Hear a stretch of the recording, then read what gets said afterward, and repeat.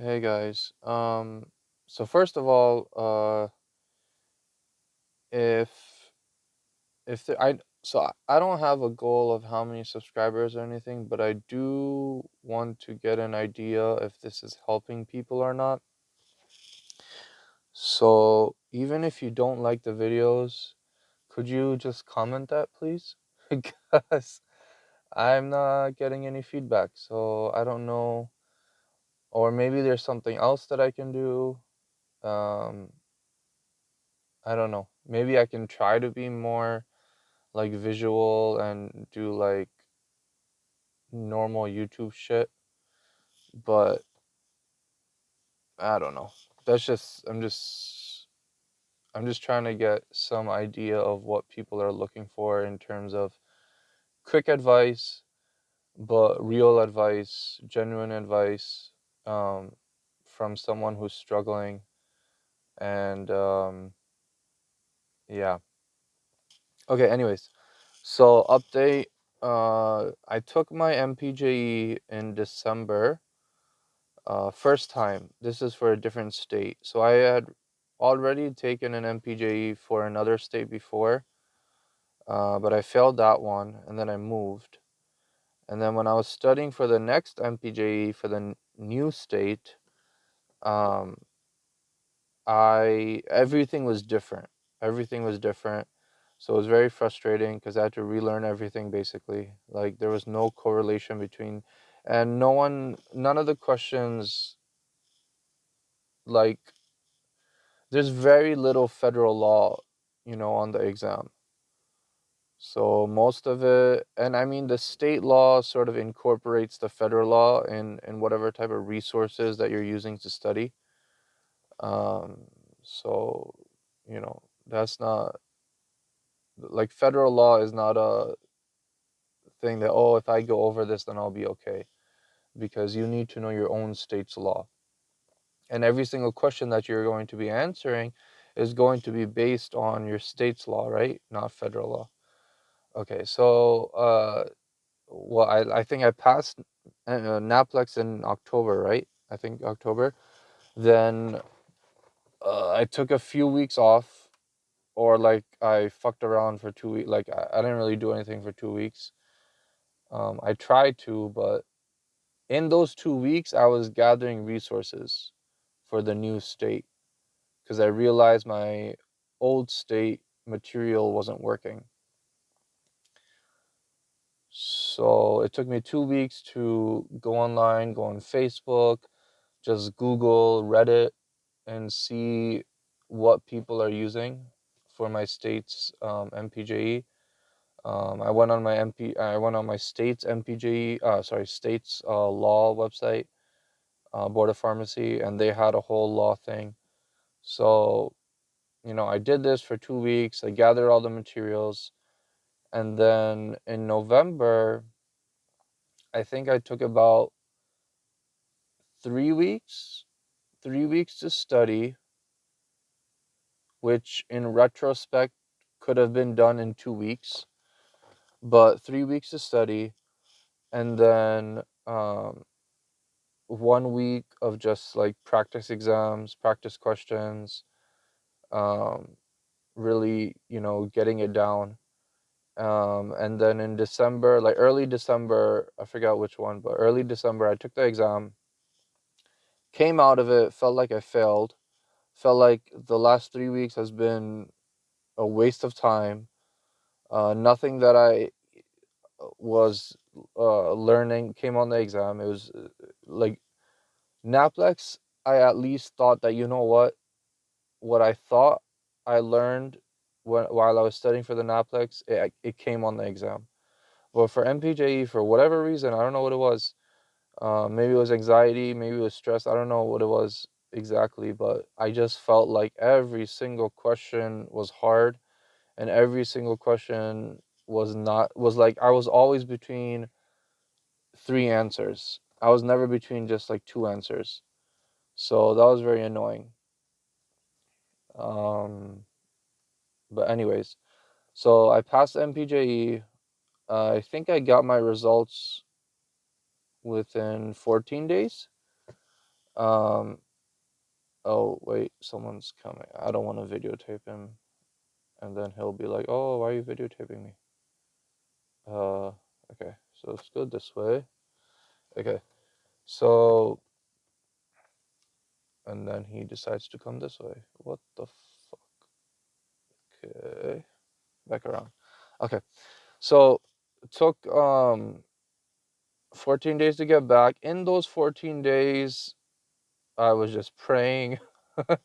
Like, I was just like, you know what?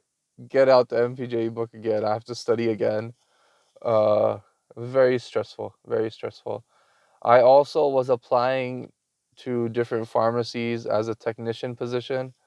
And in my interviews, they were so confused. They're like, wait, so you passed your NAPLEX, you took your MPJ on Monday, you applied for jobs on Tuesday. Again, people are coming. You applied for jobs on Tuesday, and now you're applying for a technician position. Like, what are you doing? Because we don't know what your results are. We can't exactly place you anywhere. It's very, very confusing for everyone. So I had a few interviews. Um, I was able to get a technician position. I was about to start working. And a matter of fact, the lady who does the pharmacy intern interviews, she also does the pharmacist interviews. And that was very cool because once I passed my my MPJE, I had a direct email to the person who does the pharmacist interviews. So I didn't have to apply for an interview. I didn't have to, make a profile. Like that stuff is so annoying. Like uploading a resume, making everything look nice and whatever. I had that all done before my MPJE results came back. You know what I mean? So, and I already had a link to the pharmacist who does the interviews for the pharmacist interviews. So it was just a nice email, hey, I passed my MPJE. So can you actually give me a pharmacist position? Alhamdulillah, she gave me a pharmacist position. Um, and I got another offer. So I got one retail pharmacy offer and one uh, independent pharmacy offer, all within, mind you, all within like 3 days. Once I passed, I think I got my results on Thursday. I emailed on Friday. I got my answer back on Friday from the pharmacy, from the retail chain. I mean, there's only three big retail chains, right? CVS, Walgreens, and Rite Aid. And then there's stores, Walmart, Kroger, and all that stuff, Giant, whatever. But so then Saturday, Sunday, off, right, for people. And then on Monday, I got another interview from an independent pharmacy. And I like them because they were very close by. They were only 20 minutes away from my house. And the retail chain, I would have to move. It's like an hour drive, so I didn't want to make the commute every day. So I would have to move and whatever. But the pay was much higher for the retail pharmacy. And the thing that the independent was doing was that they were forcing me to sign a contract for 3 years. And I'm like, I'm not. And he said that he's only able to increase uh pay by $1 each year. So I'm like, yeah, that's not gonna work. Um, I need more money than that. And um, see, the thing is, look, people can sense desperation, and when you sense desperation, just from not even like evil point of view, just from like a business standpoint, you try to lowball people as much as you can, because it saves you money, it saves you a lot of headache. um you're getting like free work basically. So I understand it from their point of view. I don't think they're mean, I don't think they're evil. I think it's just that, look at me, I'm a year and 7 months behind. That's what I calculated. I'm a year and 7 months behind my friends, my colleagues, the people I graduated with. They've all been working as pharmacists for at least a year and 7 months. I have I have retail experience, you know, but I'm not a fresh graduate by any means. I'm not a fresh graduate, and what's it called? And I'm also competing not only with new graduates, but I'm also competing with pharmacists who've been in the game for a very long time. And he told me that. He was very honest. He was like, "Hey, you're the only young pharmacist uh who hasn't had any pharmacist experience apply for this position. Everyone else has at least worked a little bit, and but I like your energy, I like your enthusiasm, and I think you can go very far." And he's like, "But you have to sign a 3-year contract." So I was like, "No, thank you." He's a very good guy. He's a very nice guy.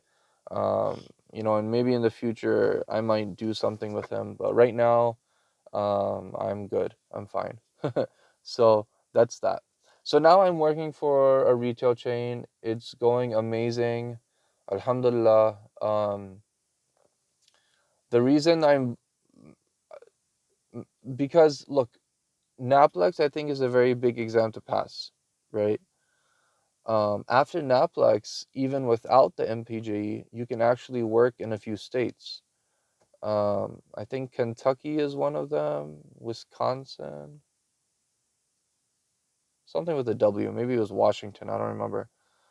Um, but I think Idaho, either Iowa or Idaho. I don't remember which one.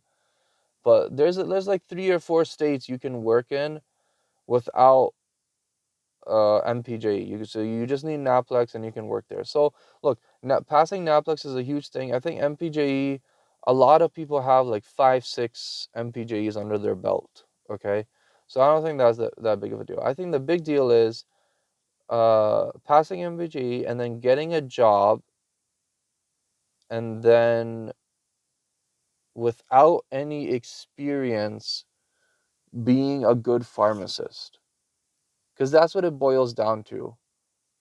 Can you apply what you learn throughout your whole school year, NAPLEX, MPJE, in a pharmacy, whether it be hospital, whether it be industry, whatever? Are you able to talk drugs? Are you able to do that? Um, and Alhamdulillah, I was put in a very good store. So, dude, if you can do like 7 days on, 7 days off type of deal, or if you can do like every 2 days you're working, so like 12-hour shifts, or something that takes up your whole day. I think as pharmacists, as students, we're used to that. We're used to long hours of studying and working. So do that. Try to find a job that does that, dude. You'll get the whole day. Like today, my whole day is off. I've had 3 days off this week.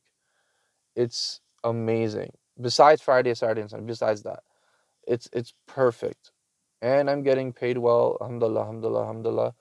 Um,